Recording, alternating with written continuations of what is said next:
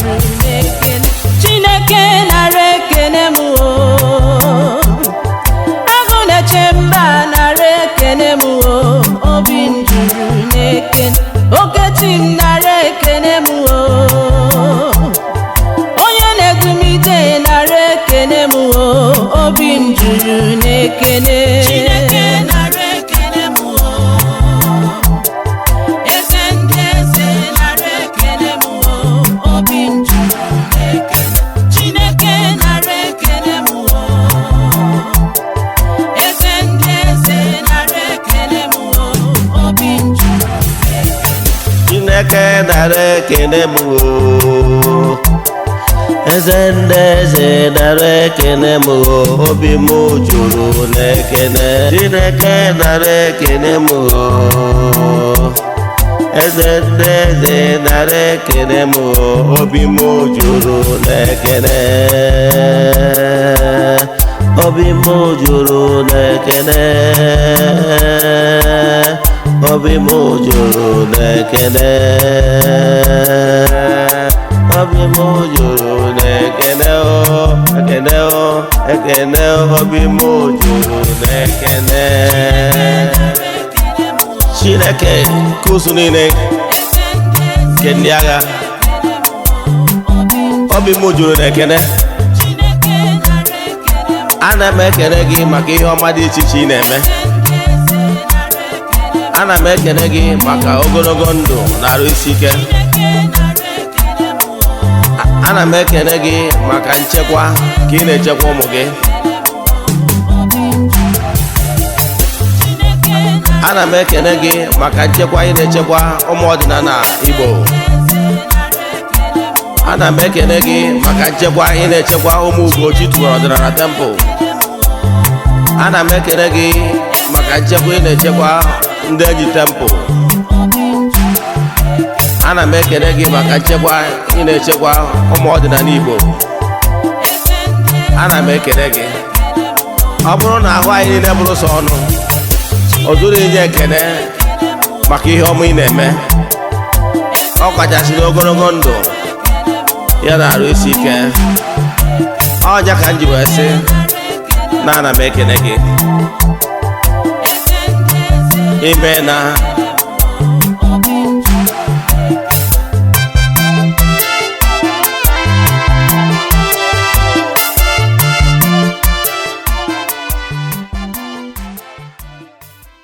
good morning viewers all over the world. Ekenego m ndị niile sonyela anyị n'oge awa nke eziokwu. Egwu ị nụrụ kịta bụ egwu si na ngalaba na-akwụ gbasara mgbasa ozi ọdịnala Igbo Ugochi ọdịnala temple a na-akpọ nkwa group led by me. We have all the rights. You like anya bụ egwu jee na audio mark and iTunes to download anya bụ egwu. For some of you that are seeing me for the first time, kpọọ m Ogbuefi Eze-Ana Ugochi tubelu Oraifite dị na Anambra State. Ma ọ bụ ọma aka ji ugo abụ m onye isi nchụaja Ugochi ọdịnala temple anyị na-agba afa mmiri emi dịkwazị ọrụ mmụọ dị iche iche abụgazi m onye isi nchụaja na ọdịnala Restoration Evangelical Mission bụrụ onye mgbasa ozi ọdịnala Igbo. Yes, n'ụbọchị taa n'oge awa nke eziokwu isiokwu anyị ji wee bịa n'ụbọchị taa bụ ihe niile ị kwesịrị ịma gbasara ihe na-eme na be anyị nke anyị kpọrọ n'olu Igbo sị what every African should know about Christianity. That is our topic. What every African should know about Christianity. Before we dive into today's lecture, important announcement. We are still in the month of January and our monthly rituals is still ongoing. You can still join anywhere you are all over the world. Jambuni na jipụta ihe ya si ajesigo na ebunye ọtụtụ ndị mmadụ enu. Yes, na temple ejego m n'ụtụtụ a chụọ aja gụọ ọfọ kwubi okwu n'isi ndị niile sonyela anyị jekwazie n'ebe nchụaja anyị gara achụ ya every day. Etu aka anyị ga-emegide the last day of the month I will visit the waters with eatable things, ihe ọnụ na-eri. Achụcha aja abịa na-akpọ ọkalete ndị mmiri gbuo ebe gbuo achụ aja ihe mme gbagota na temple chụọ aja to entities support na temple jekwazie n'ebe nchụaja gbuo ebe mesara aka ntee yiri ike dị na aja na-achụ n'igwe maka na igwe ike. Yes, So ka anyị continue n'ụbọchị tata lụta isiokwu anyị ji bịa. Ọ bụrụ na ị dị interested isonye na ya bụ aja, ihe ị ga-eme chaatị na WhatsApp forward ya 3 prayer request anyị ga-edebe n'ọta na-achụ anya na-ekwubi okwu n'afọ itii n'ọnwa agwụ. Nke ịbụ anyị kwesịrị ịma abụ ọ bụrụ na ị chọrọ isonye ma ọ nwere ajụjụ nwere na nkụzi ya adụta ma ọ chọrọ ka agbara gị afa miri emi, chaatị m na WhatsApp 08057837672.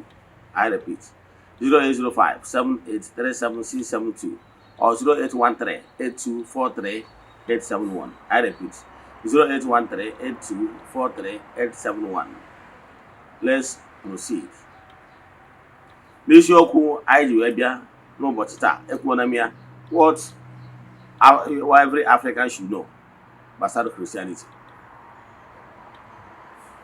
Nke bụ eziokwu na n'ihe kwesịrị ịma every African should know that Africa is the first son of God.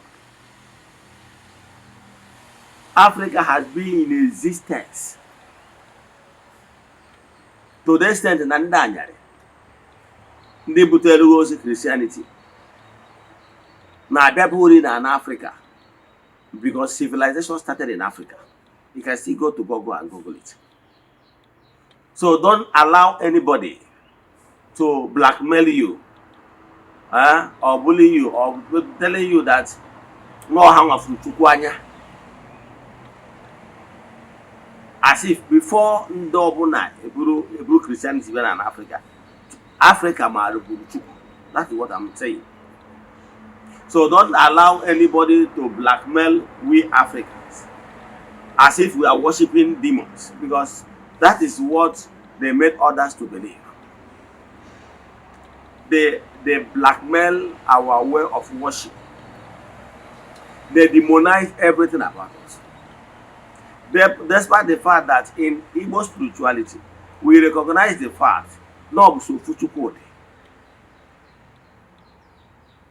Come on, you hear well all over the world. I've come here before, and I'll keep saying it.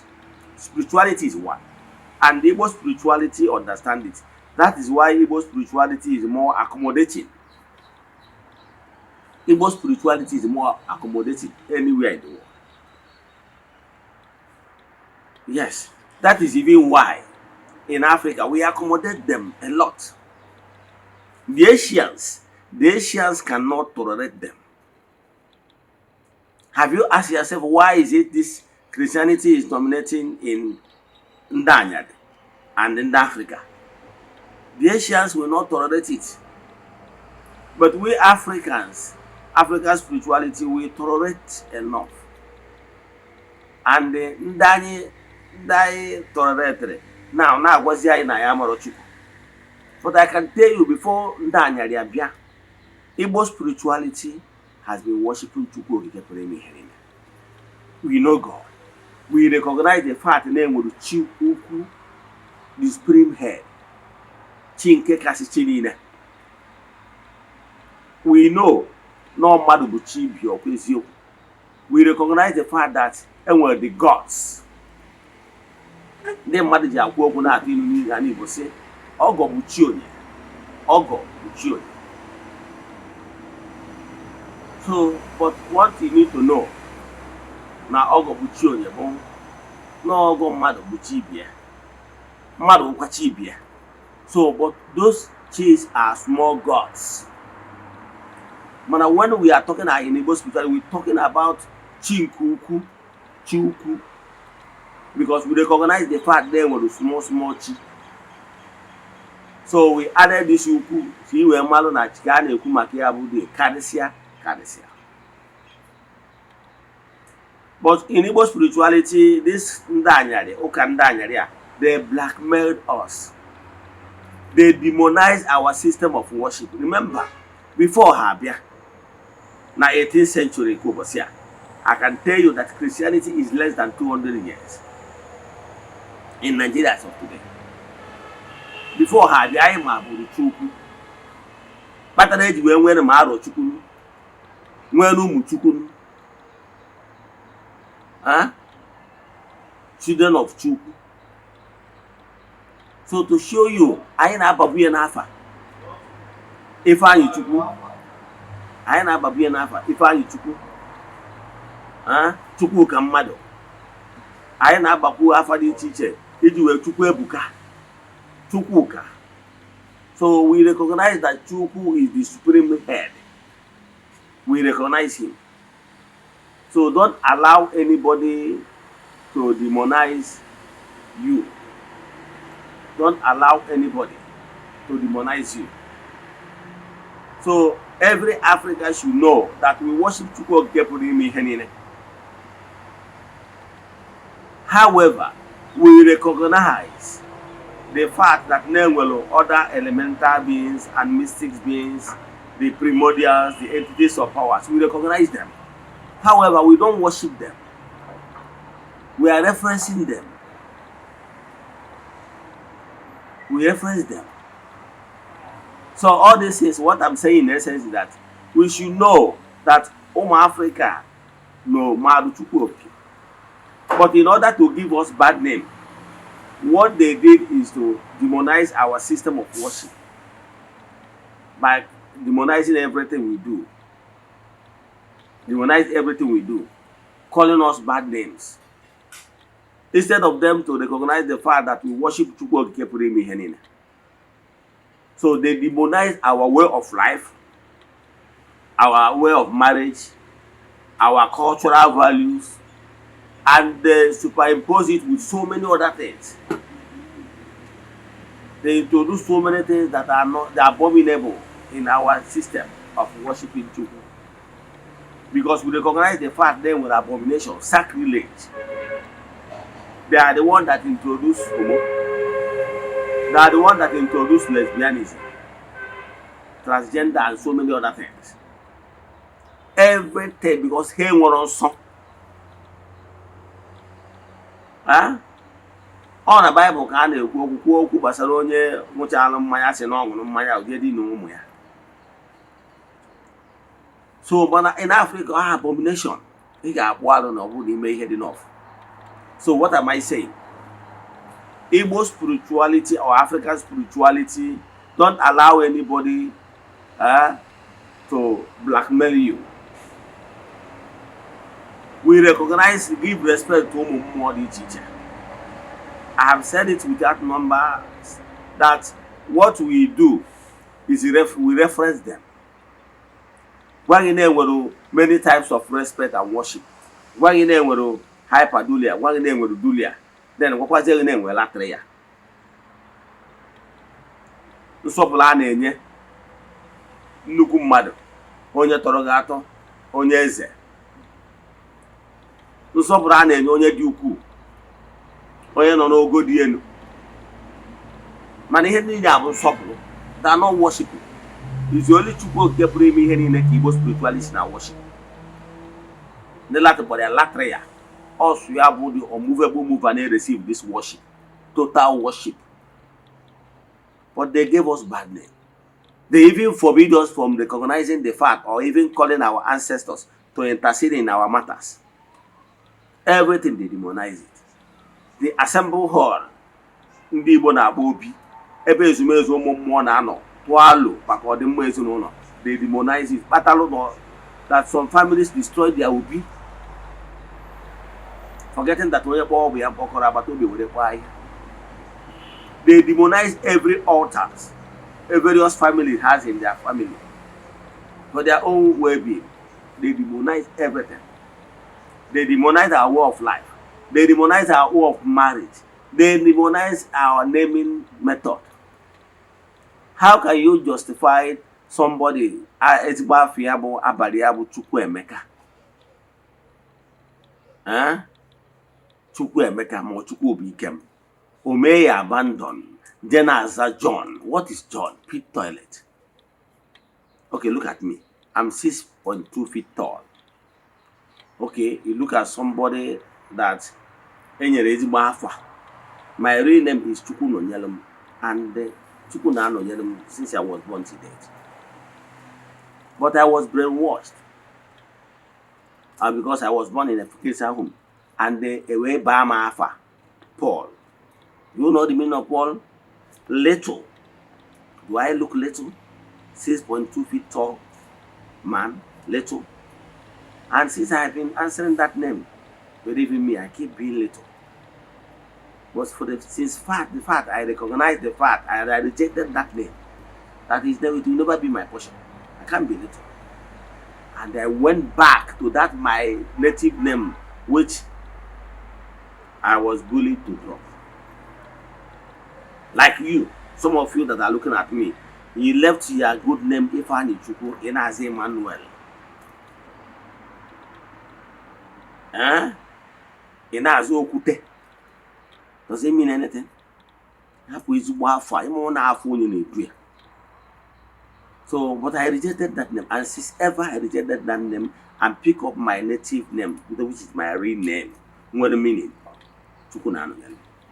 I don't know what you are doing. Maybe you are one of those people that rejected the real name. Okay, maybe you are Adma Hagebo or Gochukume as a woman. You're happier. Jena as a Morin. What is Morin? Little snake. More happier Jena as a Linda. What is Linda? Beautiful snake. So, every African should know that these people are not here for our own benefit. Their primary intention is to enslave us. When you abandon your original name, your identity,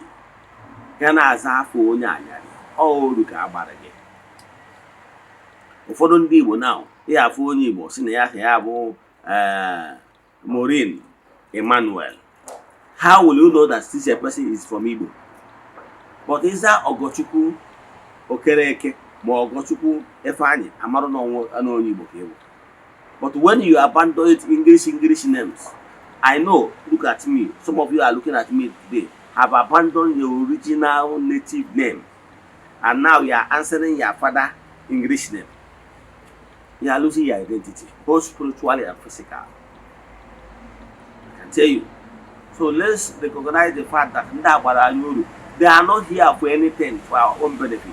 Everything, the purpose why they came to Africa is just to keep enslaving us and business minded.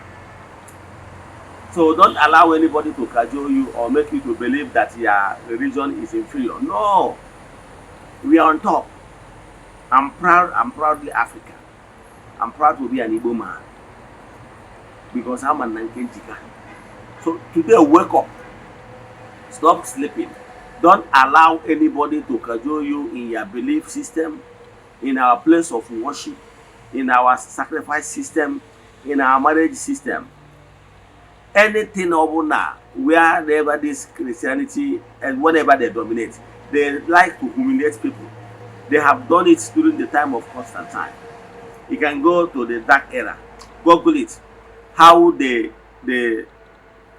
even murder some people, tag them Protestants, that they protested against the Holy Church. They killed some. It's there. So what I can tell you is that they committed dastardly act in the past in order to suppress people from breaking away. Because at a point, people began to know the fact. And anywhere they dominate, they oppress others. Look at this recently passed bill in Anambra State. And someone is saying that it's a Christian state. While in Nigerian constitution recognize the fact that Nigeria is a secular state. Yes, but someone is claiming that Anambra is a Christian state. Therefore, you oppress others. Look at that law that was passed. Does that law resemble law of fairness and balance, giving every religion equal balance?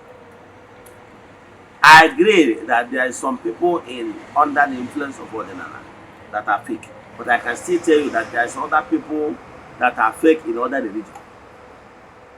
Let's call a spade a spade. Let government take his own blame.